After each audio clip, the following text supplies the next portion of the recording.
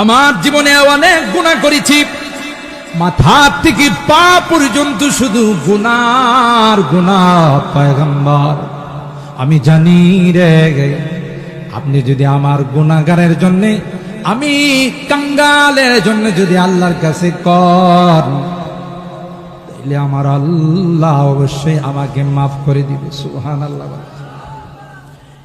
এই কথাগুলো বলে তিনি রওজায়ে পাকের মধ্যে দুইটা কবিতা লিখে চলে গেলেন।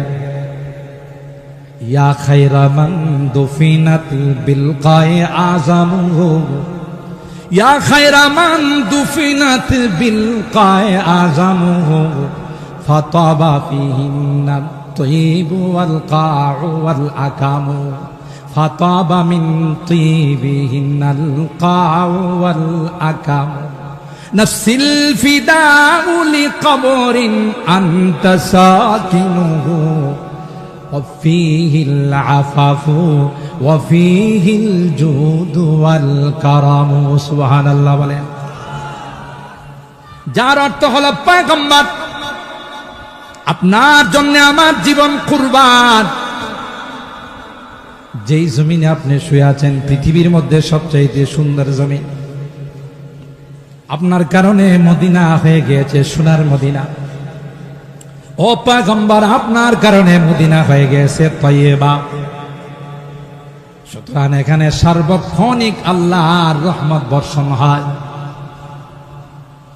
নফসিল ফিদাউ লিকবরিন আনতা সাকিনুহু, ফিল আফাফু ওয়া ফিহিল জুদু ওয়াল কারামু।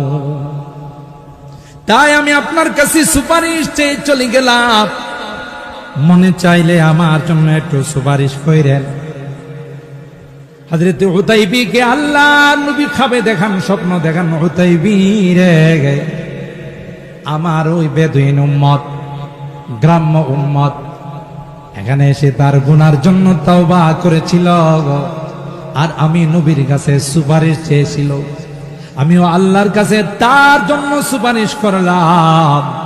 দেরি করো না, যাও রে যাও, ওই উম্মতকে তুমি সুসংবাদ দাও, আল্লাহ তার জীবনের গুনাহগুলো মাফ করে দিয়েছে। আল্লাহু আকবার। হযরত ইব্রাহিম খলিলুল্লাহ মালিকের কাছে দোয়া করলেন, রব্বি হাবলি মিনাস সালিহিন, এই মালিক আমাকে একটা নেককার সন্তান দিও। সাথে সাথে আল্লাহ দোয়া কবুল করে নিলেন। ফাবাশশারনাহু বিগুলামিন হালিম, যাও তোমাকে এমন একটা নেককার সন্তান দিলাম, যেই নেককার সন্তানটা বড় ধৈর্যশীল হবে। জোরে বলুন ঠিক না বেঠিক? এ মুসলমান, ঘটনা বলা আমার উদ্দেশ্য নয়, বুঝার জন্য বলতেছি। সন্তান হলো বহুদিন পর আল্লাহর কাছে দোয়া করে সন্তান নিয়ে আসলে আল্লাহ ডাক দেয়া কয়, ইব্রাহিম না না, সন্তানকে তোমার কাছে রাখা যাবে না, ওই সন্তানকে তুমি বনবাস দিয়ে আস। আল্লাহু আকবার বলে। মক্কার নির্জন এলাকায় যেখানে কোনো মানুষ বসবাস করে না, সন্তান এবং তার মাকে ওখানে বনবাস দিয়ে আসো। মাঝে মধ্যে গিয়ে তুমি খোঁজ খবর নিবা, কিন্তু তাদের কাছে থাকতে পারবা না। আল্লাহু আকবার। হযরত হাজরা এবং তার সন্তান হযরত ইসমাইল দুইজনকে, মা এবং তার সন্তানকে সেই খানায় কাবার পাশে বনবাস দিয়ে ইব্রাহিম খলিলুল্লাহ চলে যায়, পিছনের দিকে তাকায় না। সুবহানাল্লাহ বলে। যারা হজ উমরা করতে গিয়েছেন গাজ্জার দিকে মসজিদে যে জান্নাতুল মালা, ওই দিকে উঁচা জায়গা দিয়ে সিরিয়ার দিকে রওনা দিয়েছেন ইব্রাহিম খলিলুল্লাহ। হাজারা পিছন দিয়ে ডাক দেয়া কয়, প্রাণের স্বামী, কি অপরাধ ছিল গো, যে অপরাধের কারণে আমাদের মা বেটাকে নির্জন জঙ্গলের পাশে তুমি রেখে যাচ্ছ? বলো না, কি অপরাধের কারণে রেখে যাচ্ছ? ইব্রাহিম খলিলুল্লাহ কিছুই কানা। হাজরা বুঝতে পারলেন জানা, কিন্তু জবাব দিবেন না, পিছনের দিকে তিনি তাকাবেন না।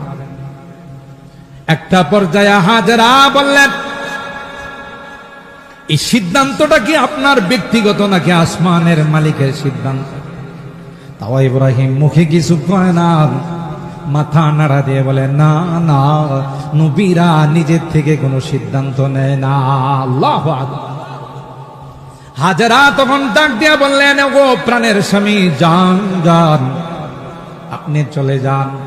যদি মালিকের অর্ডারে, মালিকের হুকুমে হয়ে থাকে, আমার বিশ্বাস রে, মালিক আমাদেরকে কোনোদিন ধ্বংস করবেন না। আমার আপনার পক্ষে হলে সম্ভবত হারানো মানি, কোড়ানো মানি, সন্তানাদি নাই, বহু দোয়া দরুদ করে আল্লাহর কাছ থেকে একটা সন্তান নিয়ে আসলাম, এটারে কইছে বনবাসে দেওয়ার জন্য। আমি আর আপনি কি পারতাম? বলুন, সম্ভব হতো না। এখানেও ইব্রাহিম আলাইহিস সালাম সাকসেস। কিছুদিন পর আল্লাহ বলেন জবাই দাও, সুবহানাল্লাহ বলেন। কি দিতে বলছে? কুরবানির সময় আপনারা ইতিহাস শুনে থাকেন। তাও মিনার প্রান্তে ইসমাঈল আলাইহিস সালামকে জবাই করার জন্য নিয়ে গেলেন। আল্লাহু আকবার। কারণ আল্লাহ দেখেন ইব্রাহিমের মনের অবস্থা। একটা পর্যায়ে যখন জবাই করতে ছুরি লাগাইছে, আল্লাহ আসমান থেকে ডাক দিয়া বলেন, ওয়ানাদাইনাহু আইয়া ইব্রাহিম কদ সাদ্দাকতার রুইয়া ইন্না কাযালিকা নাজিজিল মুহসিনিন। এ ইব্রাহিম, না না, সন্তান জবাই করা উদ্দেশ্য ছিল না, তোমার অন্তরটাকে পরীক্ষা করা উদ্দেশ্য ছিল। তাই ওখানে তুমি 100তে 100 নম্বর পেয়েছ। জান্নাতি দুম্বা দিয়ে আল্লাহ ইসমাইলকে সরাই দিলে। পরীক্ষা সহজ না কঠিন? হযরত ইব্রাহিম আল্লাহকে বলেন, আল্লাহ, জীবনে অনেক পরীক্ষা নিয়েছ, কোনো আপত্তি জানাই নাই, আমার কাছে অনেক কিছু চাইছো রে, কোনো কিছুর মধ্যে কোনো আপত্তি জানাই নাই। তোমার কাছে আমার একটি মাত্র চাওয়া, বেশি কিছু চাওয়া না। রব্বানা ওয়াবা'আথ ফীহিম রাসূলাম মিনহুম ইয়াতলু আলাইহিম আয়াতিকা ওয়া ইউআল্লিমুহুমুল কিতাবা ওয়াল হিকমা ওয়া ইউযাক্কিহিম ইন্নাকা আনতাল আজিজুল হাকীম।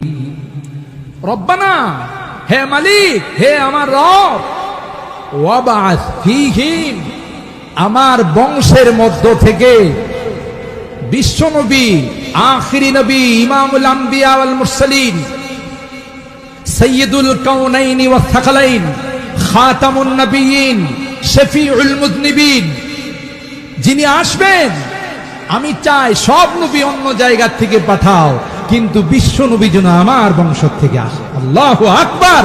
জোরে বলেন আল্লাহু আকবার। আমার একটা মাত্র চাওয়া, ওয়াবা'আথ ফীহিম রাসূলাম মিন আনফুসিহিম ইয়াতলু আলাইহিম আয়াতিকা ওয়া ইউআল্লিমুহুমুল কিতাবা ওয়াল হিকমা ওয়া ইউযাক্কিহিম ইন্নাকা আনতাল আজিজুল হাকীম। এমন নবী পাঠাবেন যিনি তাদের সামনে কোরআন তিলাওয়াত করে করে শোনাবেন। সুবহানাল্লাহ। তোমার আয়াতগুলো তিলাওয়াত করে শোনাবে, আর কোরআনের আহকাম, হুকুম আহকাম গুলো তাদেরকে শিখাবে। ওয়া ইউআল্লিমুহুমুল কিতাবা ওয়াল হিকমা, এবং কোরআনের হিকমত গুলো, বিধি বিধান গুলো তাদের সামনে পেশ করবে। চতুর্থ নাম্বার ডিউটি হবে ওয়া ইউযাক্কিহিম, তাদের সংশোধন করবে, তাদের ইসলাহ করবে, শিরিক থেকে তাদেরকে মুক্ত করবে, তাদের আত্মার মধ্যে গুনার মরিচাগুলো পরিষ্কার করবে। আল্লাহ, এই নবীটা অন্য কোনো উম্মতের মধ্যে নয়, অন্য কোনো বংশের মধ্যে নয়, এই নবীটা যেন আমার বংশের মধ্যে আসে। সুবহানাল্লাহ। এই জন্য আল্লাহর হাবিব হাদিসের মধ্যে বলেন, আনা দাওয়াতু আবি ইব্রাহিম, হে উম্মত আমার পরিচয় নাও, আমাকে চিনো নাও। আমি কিন্তু এমনি দুনিয়াতে আসি নাই, আমি কিন্তু আমার বাবা ইব্রাহিম খলিলুল্লাহর দোয়ার ফসল। কি মনে করছে কত বড় মাপের নবী? কুনতু নাবিয়্যান ওয়া আদামু বাইনাল মাই ওয়াত তিন। আল্লাহর হাবিব বলেন, আমি তখন থেকে নবী যখন আদমের কোনো অস্তিত্ব হয় নাই। সুবহানাল্লাহ কইবেন না? মিয়া যে যারে চিনে তার কদর করে। আমরা তো আমাদের নবীকে চিনলাম না। আর যে যাকে ভালোবাসে তার আদর্শ তার জীবনে বাস্তবায়ন করে। ঠিক কিনা বলেন? এই প্রসঙ্গে আমি একখানা আয়াত তিলাওয়াত করেছি। হায়াতুন নবী, রাসূল আকরাম সাল্লাল্লাহু তাআলা আলাইহি ওয়াসাল্লাম রওজায়ে পাকের মধ্যে জিন্দা, আর নবী পাকের জিসিম মুবারক, বডি মুবারক যেহেতু এই মাটিতে লাগছে, আল্লাহ আল্লাহ, এই মাটির মর্যাদা আল্লাহর আরশে আজিম থেকেও বেশি। আপনাদের সুবহানাল্লাহর আওয়াজে মনে হয়েছে যে সবাই রোজা রাখে আইছে। আরেকটু আস্তে সুবহানাল্লাহ কম, আরেকটু আস্তে। আস্তে কইলে কয় জোরে, আর জোরে কইলে কয় আস্তে, এলো উল্টা চলে। গন্ধ কি ভাই? সুবহানাল্লাহ বললে আল্লাহ খুশি হয় না বেজার হয়? তাইলে আল্লাহরে খুশি করলে জান্নাত না জাহান্নাম? তাহলে আমরা আল্লাহকে খুশি করার জন্য দেখি কতটুকু জোরে সুবহানাল্লাহ বলতে পারি। হয় নাই? হয় নাই? বিশ্বকাপ ফুটবল খেলার সময় গোল দিলে যে আওয়াজ হয় তার শিখিও হয় না। আরেকটু জোরে, আরেকটু জোরে আওয়াজ দিয়ে মাশাআল্লাহ। এখন বোঝা গেছে কাসাইটের মানুষের মধ্যে ইমানি জজবা আছে। জোরে বলেন আল্লাহু আকবার, আরো জোরে আল্লাহু আকবার। আল্লাহু আকবার বললে আল্লাহকে দেখছো আমার বান্দারা প্যান্ডেলের নিচে বসে বলে আমি নাকি মহান। সুবহানাল্লাহ। দেখছো এই কাসাইডের মানুষগুলো বলতেছে সুবহানাল্লাহ, আমি নাকি পবিত্র। দেখছো এরা একটু পরপর বলে আলহামদুলিল্লাহ, সমস্ত প্রশংসা নাকি আমার। সুবহানাল্লাহ। এ ফেরেশতারা যারা এখানে বসে বসে সুবহানাল্লাহ, আল্লাহু আকবার, আলহামদুলিল্লাহ পড়তেছে, তোমরা সাক্ষী থাকো তাদের জীবনের গুনাহ মাফ করে দেবে। এত বড় বরকতি মাফ। ইন্নাল বুকাতাল্লাতী দুফিনা ফিহা নবী সাল্লাল্লাহু আলাইহি ওয়াসাল্লাম আফজালু মিন আরশির রহমান ওয়া আলাইহিল ইজমা।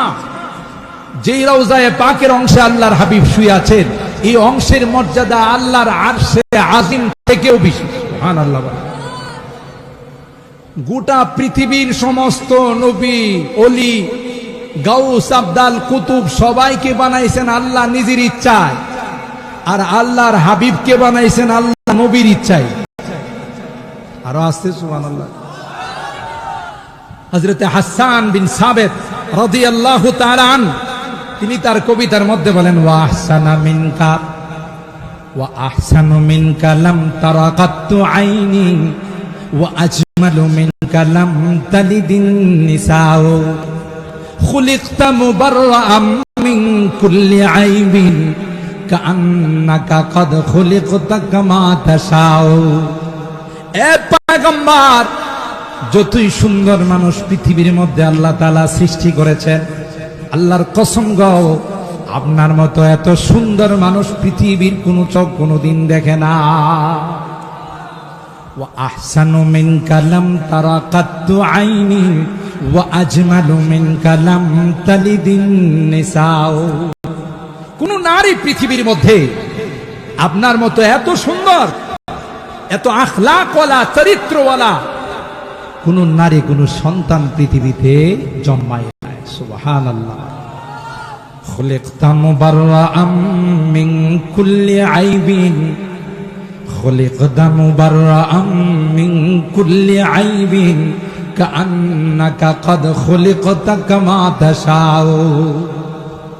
সমস্ত দোষ ত্রুটি মুক্ত করে আল্লাহ আপনাকে পৃথিবীতে প্রেরণ করেছেন। সুবহানাল্লাহ।